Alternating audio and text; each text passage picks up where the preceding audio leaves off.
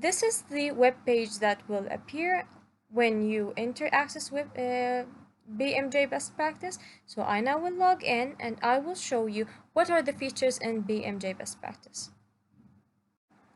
Prior to me logging in, I have to stress that you should be establishing, once you are led by your institution, they will let you go through how to register your account. Then, by this email and the password you have set, you will enter the BMJ best practice. So it might be actually not, the email and the password should not be the same as those for ELM, but these are the ones for the BMJ best practice account. These are the ones whom you will use for logging in. So for logging in, I will show you that we already see the features. It has the recent updates based on specialties. What are the things that are provided? We have calculators. I'll be showing you patient leaflets. What can the patient use from you? Procedural videos like arterial blood gases and so, and a lot more. So let me now log in and tell you more about that. When I get into this, up above, which is not visible actually here, I'm sorry, it will tell you access provided by, and here I have University of Jordan. And on the other side, on my right, it will read my email that I used to get provided with, the notifications if we have any latest updates, especially now with coronavirus, every time there's an update. And at the top right, you will find CME CPD, which is continuous medical education, continuous professional development. Now, this is a good thing because I use this in my final exams, and it counts every minute I spend from morning to evening just spending searching for this in this platform. And this is a great thing for those of you who want to practice medicine in the UK specifically. They like these things and they give you certificates with. So every minute I spend on BMJ is counted and it shows everything I've searched for. So I've used it in many things for searching during my finals, and it was just perfect. It gives you everything. You can resort to the medical researches that are provided. So now I'll give you an example more. So let's get to the real deal now. If I wanted, what if I wanted the BMJ to be on my phone? Well, you can get access through your email and password that were provided in the British Medical Journal account. You can download the app and access it through logging in, and it will lead you directly to your account. So don't you ever worry, you can access there as well. So let's get into the BMJ best practice website and let's see how beautiful it is when it comes to providing the evidence-based medicine. Let's start, for example, in reviewing the recent updates. When I go to the recent updates, it might be all the updates that were in a specific day. Or if I wanted the important updates, such as the COVID-19 improved updates, and if I wanted updates by specialty, it is also available. So these are the first things that can be provided. As for specialties, you can pick any of these specialties to search and for diseases.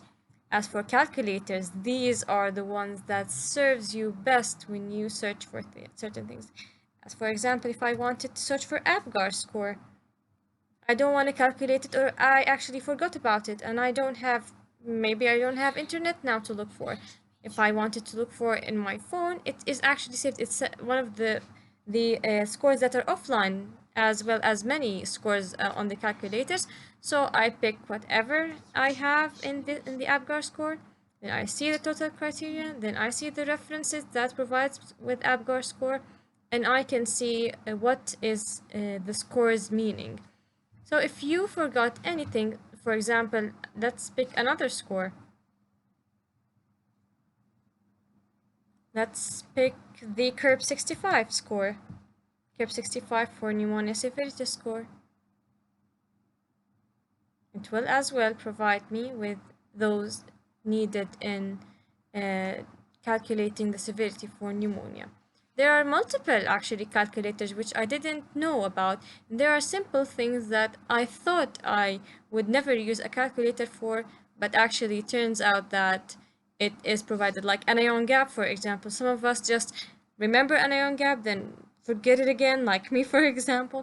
So I can pick the calculator for anion gap and calculate it and simply just see what is the results.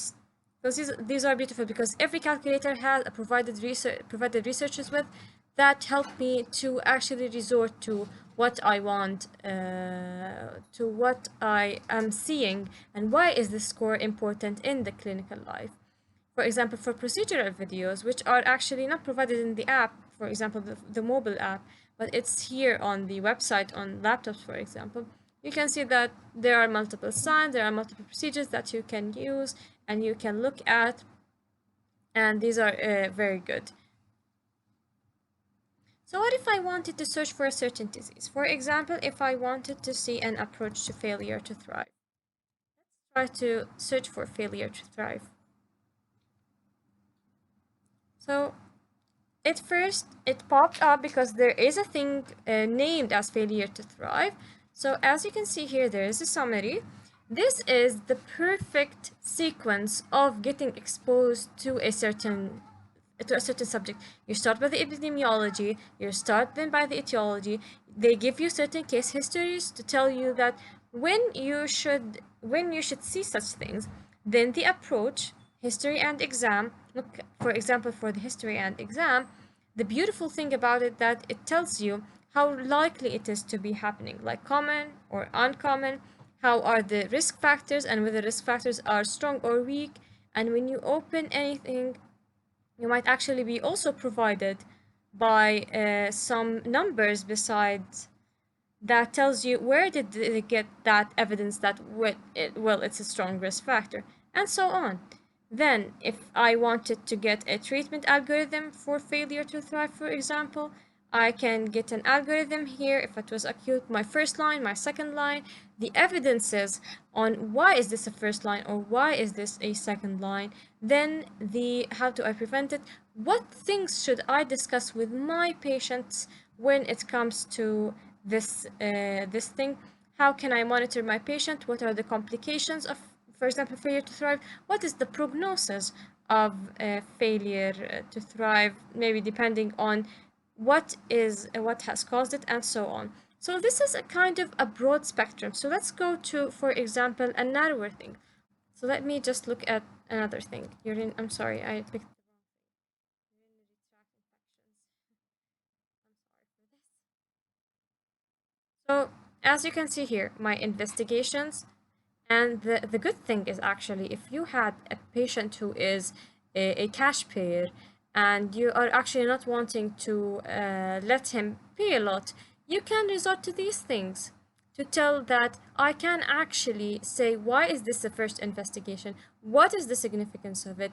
Why can I order this, for example, at the first and not that? It can tell you how much is it specific or sensitive, and it tells you what are the results that I might see, what are the differentials and so up there, and what are the things to consider and when to consider.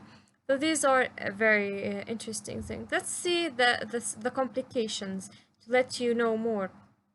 So for example, you can see that complications are in the time frame. They tell you whether it's a short-term complication or a long-term or whatever, or the likelihood of it. So you can expect and prevent or let it go, and when it happens, it happens. So as you can see here, there are multiple things that you can do. You can actually, if you wanted in the future to practice using this thing more, to print a patient leaflet to help him more know about his disease. So this is a really important thing because it helps you to have a strong standing when when it gets to your patient, and actually be confident when you tell him that science has said so and so, science tells us so and so, and the evidence-based things that and the approach we're using with you, it's not because we are wanting this approach, but it's because science has proved through these studies that this is the best for you. It's not because of my opinion, it's because of the all the researches and things that have been provided.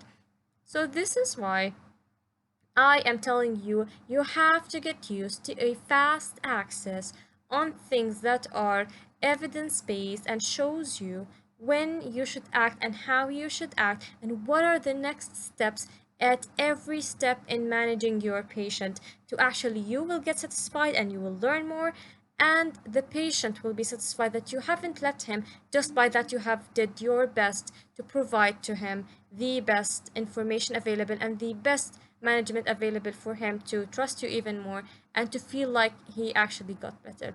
So I encourage all of you to download and to actually get into this into this website and to this platform, and you will see miracles. I have really been fortunate to discover this, and I'm very grateful for those who did ELM, and I hope that every student and every practitioner in Jordan and everyone who is practicing in the medical field to get the best. Thank you very much. This has been a very interesting subject for me, and I hope it will be for you. You can share this with your friends and you can tell them more why is this a thing worthy of participating in. So thank you very much, and I will be hopefully seeing you in the next videos. Goodbye.